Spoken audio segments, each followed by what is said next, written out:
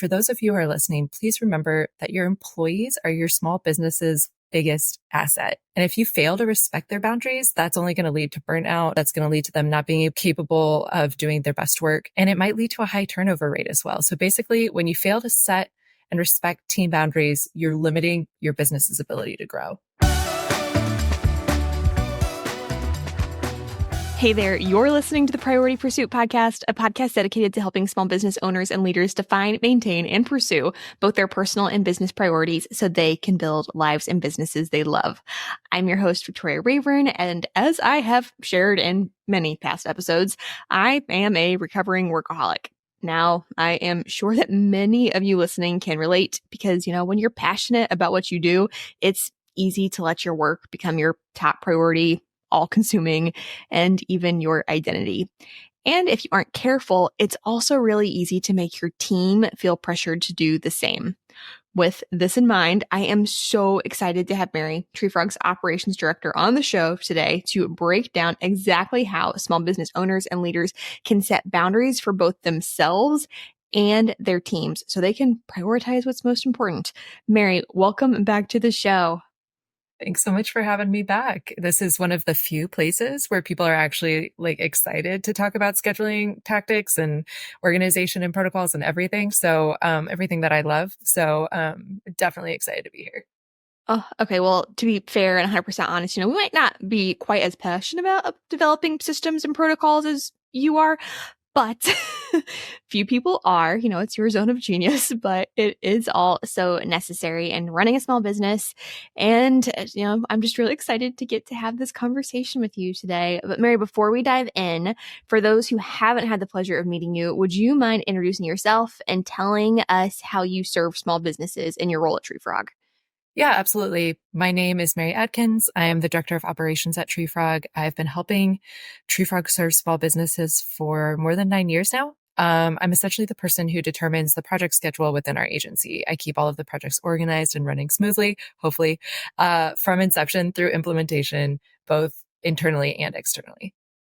Yeah, we're going to have to figure out something exciting to do for, your 1 decade because it's coming up. But guys, in other words, y'all, Mary runs Treefrog, from determining client timelines to literally figuring out what we all need to be doing on a week by week or even a day by day basis. Mary makes sure everything gets done and that we all stay on track. Well, I wouldn't necessarily say that I run Treefrog, but yeah, I make sure that everything gets done and that every team member knows what they're responsible for so that we can serve our clients well and have the capacity to offer resources for other small businesses like this podcast. And to be fair, I do use a lot of different automation tools such as ClickUp that help me make that possible. Yeah, no, y'all, regardless of what she says, Mary runs Treefrog, and that's why she is the perfect person to have on the show to discuss how to prioritize and set boundaries in your team's daily and weekly schedules. Because more often than not, Mary is the one who decides what the agency needs to be prioritizing and when, so that we can serve small businesses well within the boundaries that we have set for our team. And we'll get into what some of those boundaries are in just a little bit. But I mean, Mary, is that fair? Is that your job description? Yeah, I mean, I wear a lot of hats, but that's pretty much my job in a nutshell. Yes. And a quick note, as we've mentioned in past episodes, this is exactly why we recommend small businesses hire an operations director or an integrator as soon as they are able. As small businesses scale, small business owners and leaders and upper management typically just cannot tackle all their responsibilities and manage the production schedule. It's just too much. You just get to a point where it becomes a full-time job. Now, when this happens, it looks very different from industry to industry, but you truly do need somebody full-time to oversee logistics and timelines and all the things, even with the help of automations and other tools. It's just a full-time job. So Mary, if we have not said this enough, thank you. On behalf of our whole team, thank you so much. You're amazing. And yeah, like I said before, I'm so excited to get to discuss this topic with you. Well, thank you so much. Know that organization and working with Treefrog brings me nothing but joy. So I do love my job and I love getting to do these things. Okay, well, I'm really glad you do because as I've told you multiple times, I could never do your job. I mean, I consider myself an organized person, but it's just a different level. Oh, man. Okay. So, Mary, before we do get into tactical stuff though, let's start with the big picture. When we say boundaries, what do we mean and why are boundaries so important for small business owners, leaders, and their teams? Yeah, absolutely. Let's start with the what and the why of boundaries. Put simply, boundaries are just guidelines that are put in place to protect everybody's time, protect their energy, resources, and reputation. And boundaries are important because they help prevent burnout, they help prevent missed deadlines, and they prevent basically letting work negatively impact our lives outside the office. Victoria, I think you've done an absolutely amazing job of breaking down what boundaries are and how to set them up throughout the history of this podcast. I mean, this podcast literally exists to encourage small business owners and leaders to define and maintain and pursue both their personal and their business priorities, which cannot happen without setting boundaries. So listeners, if you struggle to set boundaries, I want to encourage you to go back and listen to specifically episode 3 on how to set boundaries in your business and get your clients to respect them. While it's framed from the perspective of a photography business, Victoria's insights are just so helpful. So definitely go give that a listen if you haven't already. That being said, for the sake of this conversation, I want to say that it's important for small business owners and leaders to establish and respect boundaries for their teams because they're passionate about what they do. They're often tempted to work around the clock and without realizing it really sometimes, they can expect or pressure their team members to do the same, kind of a you do what you see kind of situation. So I know that we'll get into this a little bit later, but for those of you who are listening, please remember that your employees are your small business's biggest asset. And if you fail to respect their boundaries, that's only going to lead to burnout. That's going to lead to them not being capable of doing their best work. And it might lead to a high turnover rate as well. So basically, when you fail to set and respect team boundaries, you're limiting your business's ability to grow. Yes, Mary, that is such a good point, and I'm so glad you brought it up. Like you said, we'll get into a bit more of that later, but really quick, I do want to note that you do an incredible job of setting our team up for success. I mean, I'm always thankful for you, but I've literally never been more thankful for you than I was as I prepared for maternity leave. Y'all, Mary had my schedule so clear and prioritized that I knew exactly what needed to get done. And that way, I could fully actually disconnect during maternity leave without letting anything fall through the cracks. I didn't have anything to worry about.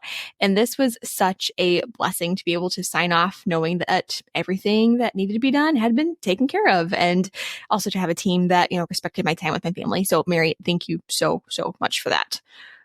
But on the note of teams, well, okay, so on the note of, before I left for maternity leave, I think I said, don't hesitate to contact me if you need anything at all, about 10 dozen times. And Mary nicely kept telling people like, no, don't do that. But, this is most definitely because, again, I am a recovering workaholic who honestly panicked about the thought of not working for so long. With this in mind, Mary, in your opinion, why do small business owners and leaders tend to struggle with setting and keeping boundaries?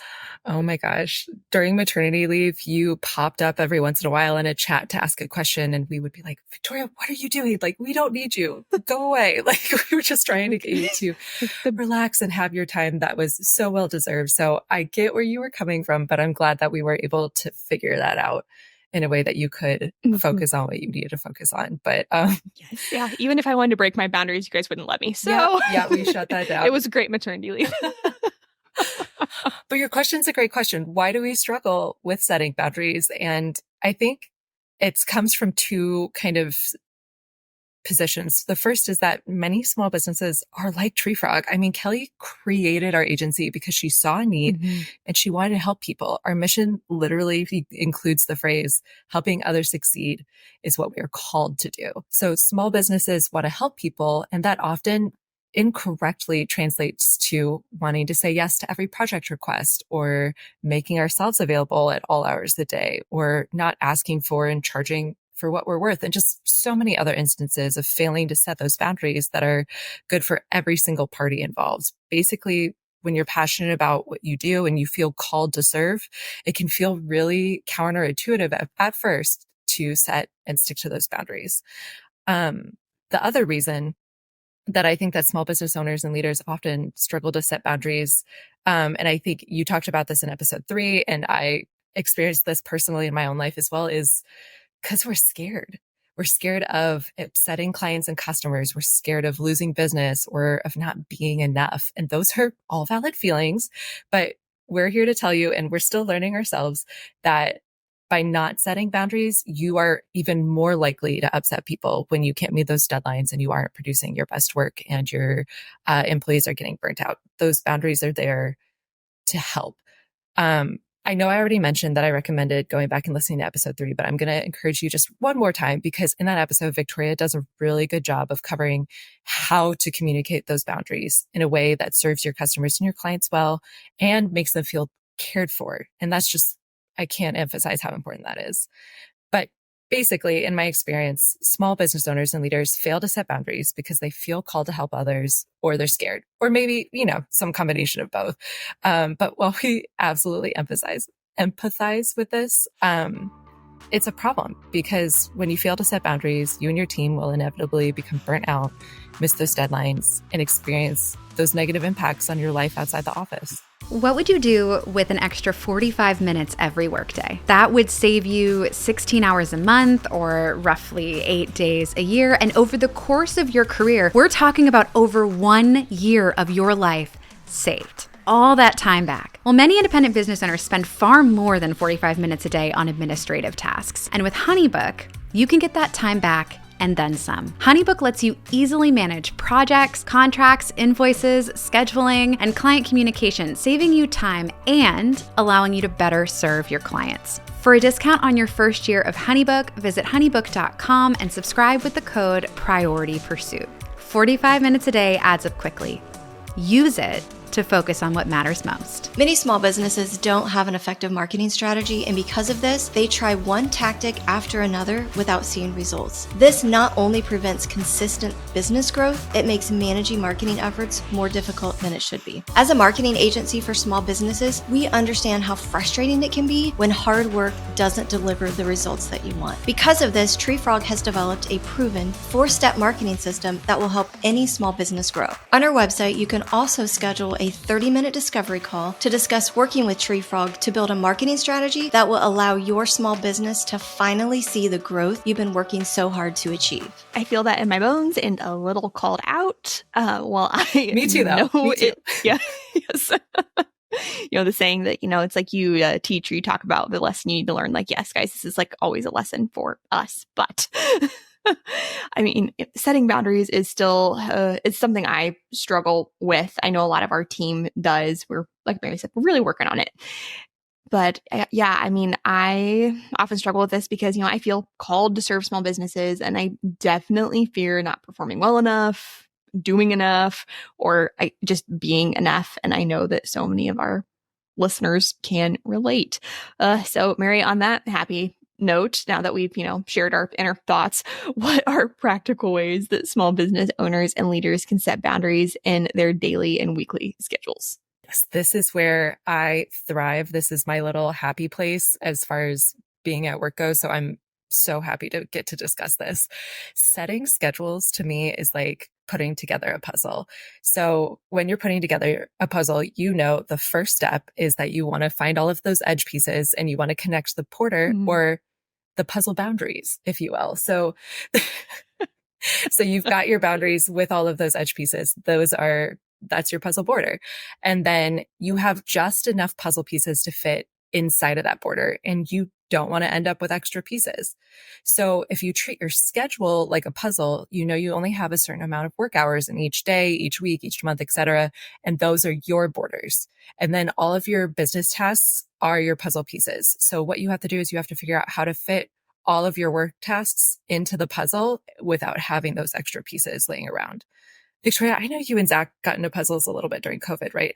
Does this make sense, or am I starting to sound like a schedule/puzzle fanatic?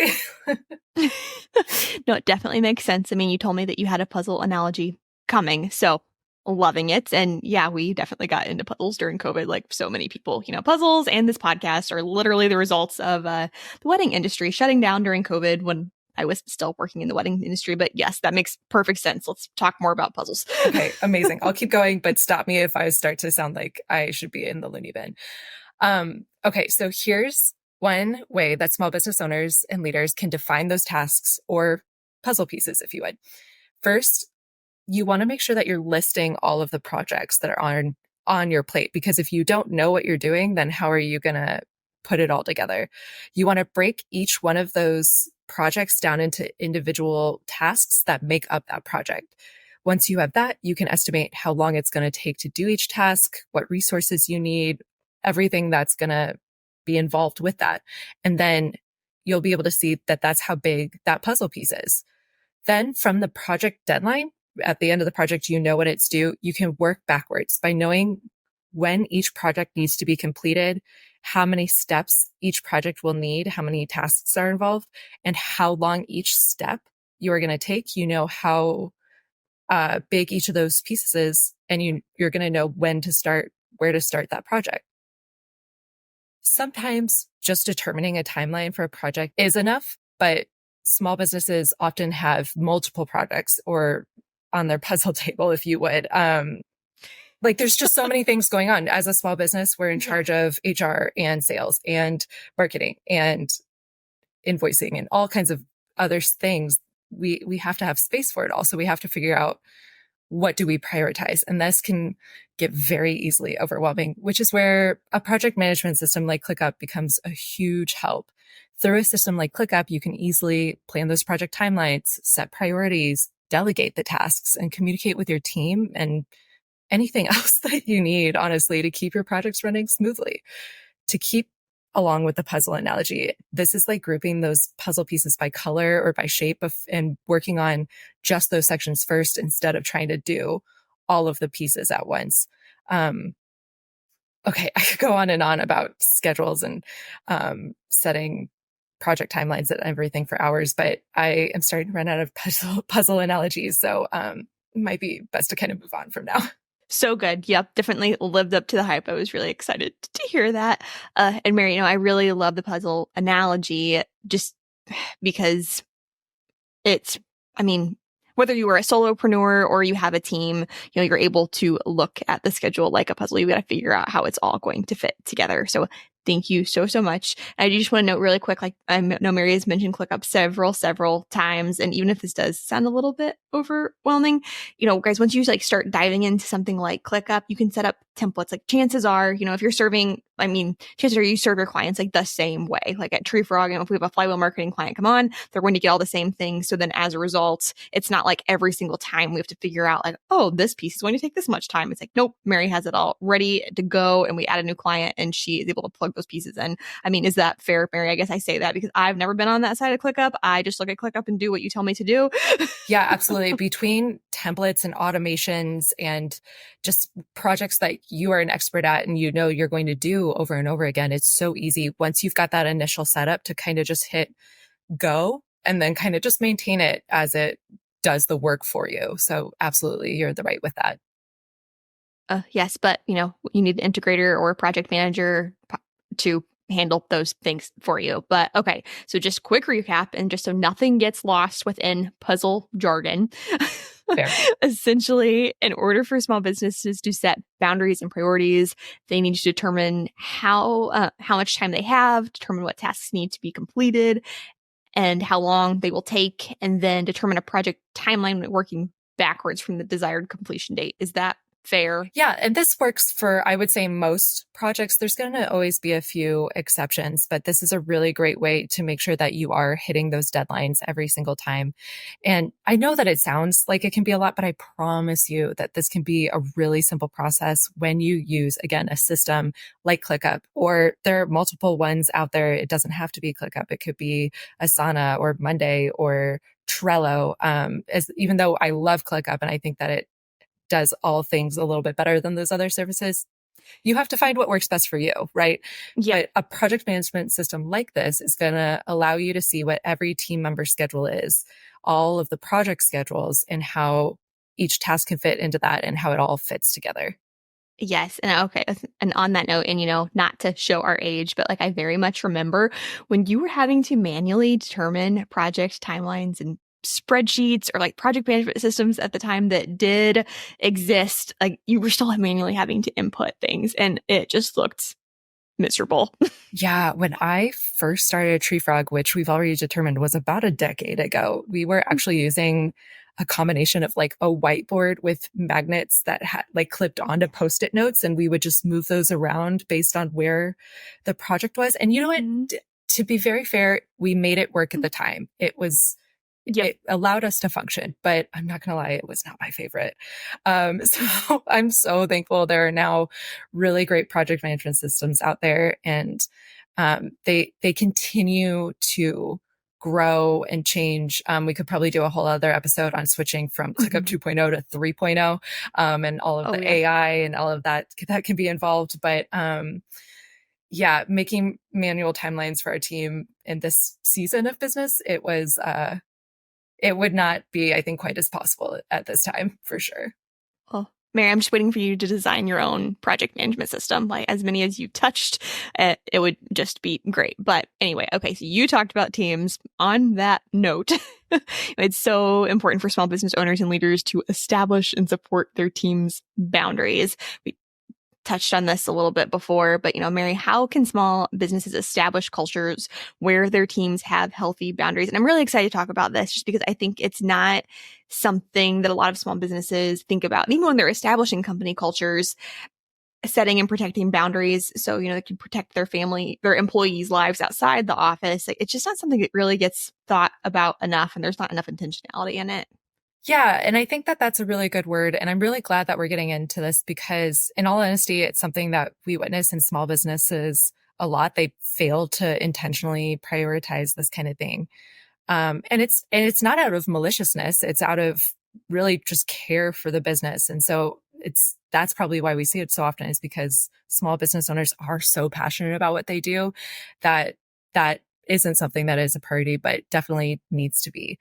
There are a lot of different choices that small business owners can make to establish a work culture with healthy boundaries. And I think the most important thing to remember is to respect your team, give them the autonomy to advocate for their own boundaries. And most importantly, honestly, is just to communicate. More specifically, I think small businesses can set determined working hours, communicate them, and most importantly, stick to them. At Treefrog, we work 10-hour days, Monday through Thursday, and we are not in the office on Fridays. And I love that so much. There's a bunch of different reasons we decided to do that. But with where we are now, externally, at first, it was really hard to say no when clients were asking for meetings on Fridays or asking why we weren't available on Fridays. But now we communicate when we're available. And not only is it easier to redirect those clients to a time when we are in the office, but we're also getting fewer and fewer requests like that because we've communicated that boundary ahead of time. And then internally, we do our best to respect office hours. We don't over schedule our team members. We don't expect them to work late or on their days off. And any emails received over the weekend can be addressed on Monday. I know that I've personally always really appreciated the boundaries that have been set and respected by not just Kelly as the owner of Treefrog, but by the whole team as well. And in a ripple effect, the clients too. And y'all, just for the record, our team isn't overscheduled because Mary controls the schedule and she has done the work to determine how long each and every task our team has to complete takes. So as a result, we aren't overscheduled and even have buffer room for the unexpected. Just want to make sure, credit is given there. Yeah. I mean, that's always the goal. And it does take a lot of practice to get there. And we are always learning, but we want to do that because we need to have those boundaries set, because if we don't have those boundaries and if I'm overscheduling people, then we're going to experience burnout. And as you know, as we've said this whole time, I'm super into all about systems and protocols. So something else that small businesses can do to establish a culture that has those healthy boundaries is to document those protocols and for communication. I mentioned the emails earlier. By kind of setting that boundary in writing ahead of time as you're onboarding new employees, they know from the get-go what to expect. For example, do you know who to go to in your organization if you need help, say it be a client name or a certain file or whatever it might be? Where do you go if you need help? And what is the best way to communicate with them? Is it email? Is it Slack? Is it the water cooler? For example, if someone has a job position or a project that requires their full attention for an extended period of time. So in my mind, I'm thinking about Jen, our web designer. She has to really kind of focus and sit down and do a big chunk of the website at one time. And if she's getting distracted, to have to reset and come back into that is just really hard for her to do. So it's nice if she can kind of sit and have uninterrupted focus to get that done well. That's so important because we don't want to communicate with her in an intrusive way. So we don't want to be sending her something that's got a noise notification. We want to send her maybe an email that can be addressed whenever she is out of that focus time and has time to address our question. You would know through protocols and communications just by looking at blocked time on the calendar or by just kind of seeing what tasks are on their schedule. You would know if they're available, if they're not answering, maybe why that might be. And just by setting these protocols, that's going to prevent so much frustration and that's going to prevent project flow disruptions as well. And it's so important for small businesses to set these rules for conduct and other expectations as well through an employee handbook, because an employee handbook is going to set clear guidelines, including what steps to take if boundaries that have been set are broken. With a small team, it feels like it might be easier at first to simply just tell employees to live by the golden rule. And we all wish that we lived in a world where that was always going to work, but it's too ambiguous and it's going to lead to trouble down the road, unfortunately. So setting those expectations in clear guidelines is so important. With small business culture, it's important to listen to the team and know that it's okay to adjust those boundaries when necessary. Not every small business is going to be able to offer extensive benefits, or arguably every small business can serve its employees well by creating and setting those boundaries and helping those team members thrive.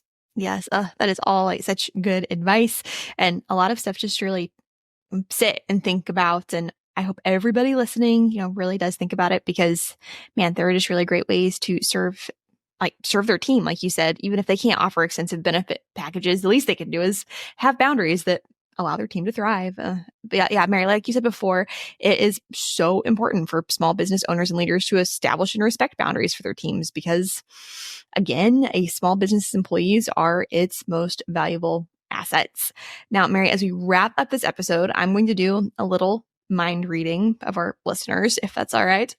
If someone listening is thinking like, yeah, that all sounds great. I would love to just have this puzzle that fits perfectly together, but there is just too much on my plate to possibly set boundaries now. What advice would you give them? Yeah, that's a good question. And to be honest, like brutally honest, there is too much on your plate right now because you didn't set boundaries in the first place. I know that's a little hard to hear. And it is absolutely fine to deal with those consequences now, but I would encourage people to kind of take note about how bad that feels, how stressful it is, and to make plans and set boundaries so that you can avoid that in the future. If you don't start to set boundaries, then nothing is ever going to change. So as a people pleaser, I get it. I get it so much. And it's something that I'm continuously practicing at. And it takes a lot of practice. And you're not going to get it right every time. There have been a few months where our content team has been so overwhelmed and I felt like I failed doing my job and they ended up stressed because of that. So it takes practice and you're going to make mistakes, but the key is to keep at it. The key is to be organized and persistent and to respect those boundaries. And that will lead to healthier business relationships, happier, more effective team, and better project results. Yeah, and we're just going to end there because that was a beautiful, honest answer that all small business owners and leaders should take to heart. Mary, thank you so much for coming back on the show and for sharing even more scheduling, boundary, and prioritization wisdom. Yeah, if you need any more puzzle analogies, I'm more than happy to come back. We will happily have you back. Now, to those of you listening, thank you y'all for so much for tuning into another episode of Priority Pursuit. If you enjoyed this episode, we hope you'll take a moment to share it with your small business friends, to leave us a review on Apple Podcast, and that you'll join us next week for even more marketing, boundary, and priority-driven tactics you can use to build a life and small business that you love.